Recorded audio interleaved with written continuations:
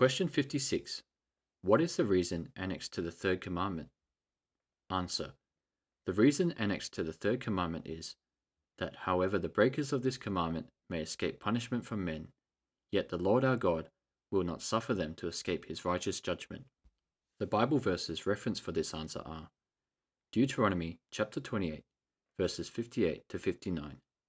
If thou wilt not observe to do all the words of this law that are written in this book, that thou mayest fear this glorious and fearful name, the Lord thy God.